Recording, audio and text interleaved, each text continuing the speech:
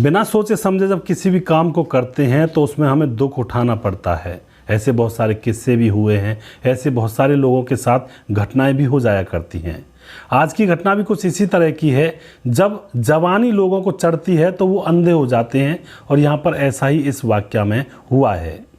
यहाँ पर आशिक के प्यार में घर से भागी बेटी, फिर माँ ने निभाई अपनी भूमिका और दिनेश नाम के उस प्रेमी की कर दी जाती है हत्या।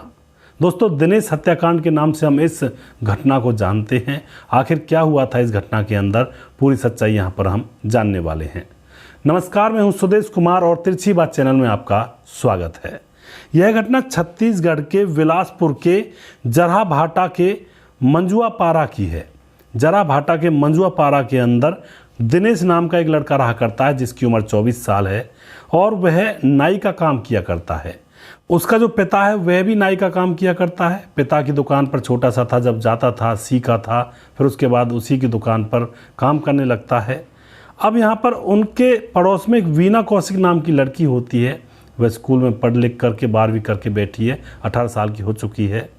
और यहाँ पर दोस्तों उसकी माँ उसके साथ रहा करती है। उस लड़की की माँ का नाम होता है चमेली, और जो वीना का पिता है वह उन दोनों माँ बेटियों से दूर रहा करता है। उस पिता का नाम होता है जमहार कौशिक।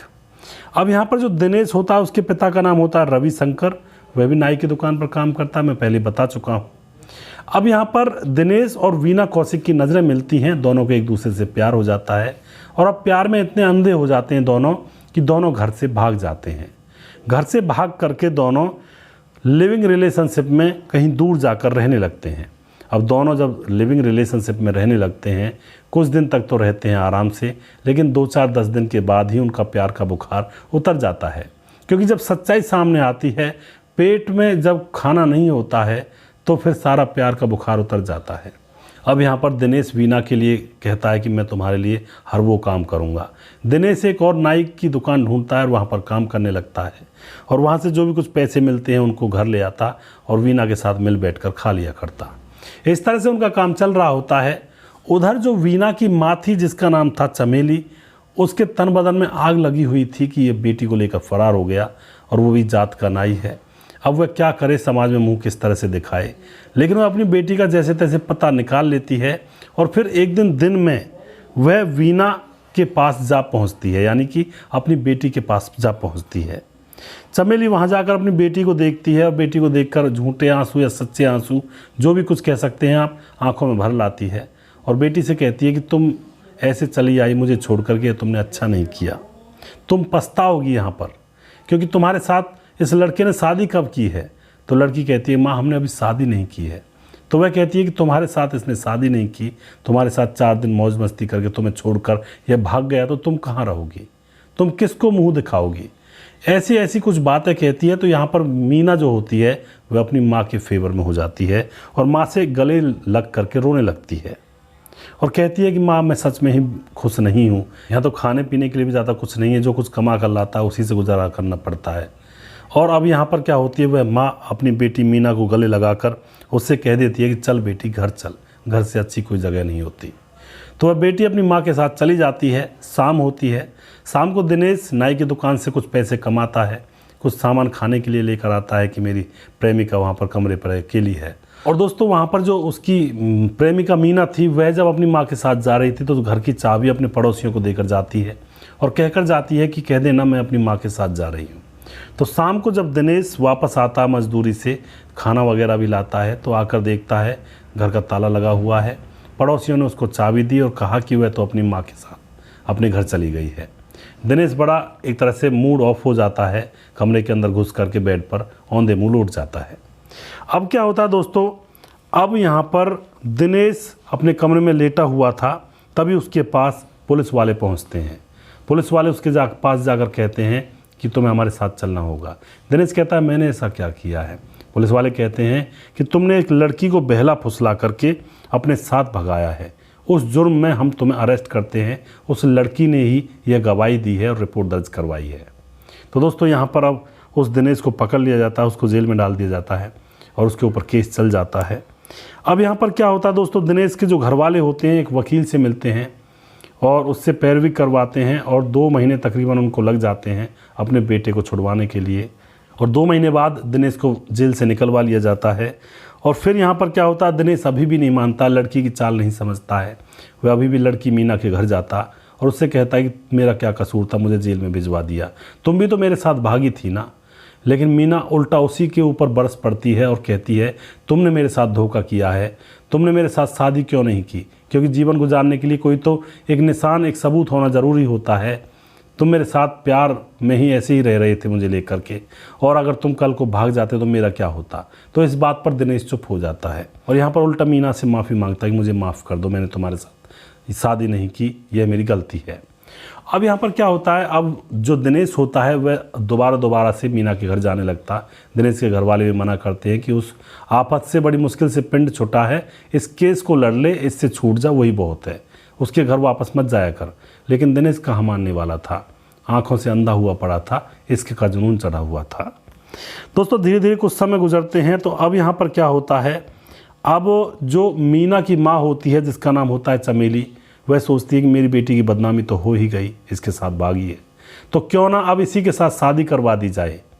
अब यहाँ पर चमेली प्लान बना लेती है कि इसी दिनेश के साथ मैं अपनी बेटी मीना की शादी करूँगी, जिससे कि कोई मेरे ऊपर उंगली ना उठाए। तो यहाँ पर वह मीना से कह देती है कि तू इससे पूछ ले यह तेरे साथ शादी करेगा या नहीं करेगा, शादी करेगा तो अच्छी बात है, मैं तेरी शादी करवा दूँगी। अब यहाँ पर मीना दिनेश से कह देती है कि मैं तुमसे ही प्यार करती हूँ, तुमसे ही शादी करूँगी और मैं तुम्हारे खिलाफ अब कोर्ट में नहीं जाऊंगी, तुम्हारे फेवर में मैं वहाँ पर बयान दूंगी, तुम्हारी हिमायत लूँगी, और जब तारीख लगे तो मुझे ले चलना, मुझे बुला लेना। तो यहाँ पर दिनेश खुश हो जाता है कि अब तो पिंड छुटने वाला है केस से। तो जैसे तारीख आती है तो अब वहाँ पर दिनेश पहुँच जाता है कोर्ट में और मीना के पास फ़ोन कर देता है। मीना वहाँ पहुँचती है गवाही देने के लिए और मीना के साथ उसकी माँ चमेली भी वहाँ पर पहुँचती है। अब चमेली को देखकर वह थोड़ा सा ठिनकता है, लेकिन वह सोचता है कि चलो माँ है, अपनी बेटी के साथ आई है। तो दोस्तों यहाँ पर अब उस दिन जज बैठे नहीं थे तो यह केस अभी आधे में ही था।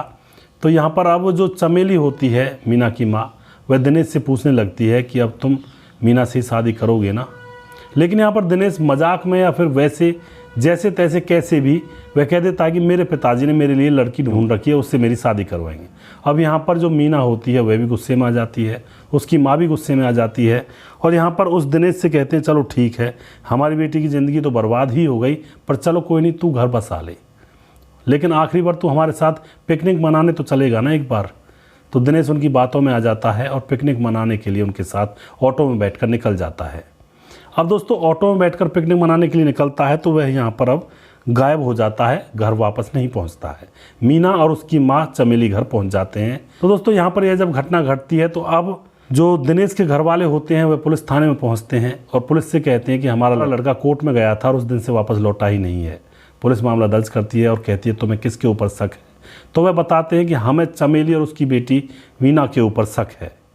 तो पुलिस तुरंत वीना और चमेली को उठाती है, सख्ती से पूछताछ करती है। तो वह कहते हैं कि हमारे साथ गया तो था, लेकिन हमें नहीं पता वहाँ से कहाँ गया।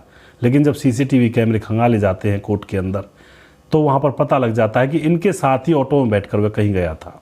तो सख्ती से जब पूछा जाता है तो सारी घटना को पुलिस के सामने बयां करते हैं और दोस्तों फिर बताते हैं कि हम उसको ले गए थे पिकनिक मनाने और जब वह आराम कर रहा था, खाना वगैरह खा लिया था ग्राउंड में घास में, तो हमने पत्थर से उसके चेहरे को कुचल दिया जिससे कि उसकी पहचान ना हो पाए और उलासपुर के कोपड़ी नाला में उसका शव फेंक दिया।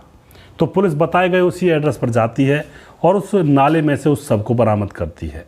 तो यहाँ पर यह राज खुल जाता है और उन दोनों माँ बेटियों को जेल में डाल दिया जाता है। तो बुरे काम का बुरा नतीजा ऐसे होता है, हर इंसान जो भी बुरा कृत्य करता है उसको उसका रिजल्ट अवश्य मिलता है। कभी भी ये ना सोचें कि बुरा कृत्य करने के बाद हमारी मौज मस्ती होगी। एक ना एक दिन आपका जो वो है बुरा काम वो ऊपर आएगा ज़रूर, लोगों को पता ज़रूर चलेगा और बुरे काम का बुरा नतीजा हमेशा होता है। तो इन प्रेम प्रसंगों के चक्करों से हमेशा दूर रहें। यह हमेशा ही घर बर्बाद करते हैं, घरों को तिनके की भांति बिखेर देते हैं, लोगों की जान चली जाती है इन अवैध संबंधों के चक्करों में। तो दोस्तों अगर आपको हमारा वीडियो अच्छा लगता है तो इसको शेयर ज़रूर कर दिया करें। अगला प्रोग्राम बहुत जल्दी फिर से लेकर आऊँगा किसी सच्ची घटना के ऊपर। तब तक आप खुश रहें, सावधान रहें, रिश्तों की अहमियत को समझें। जय हिंद, जय भारत।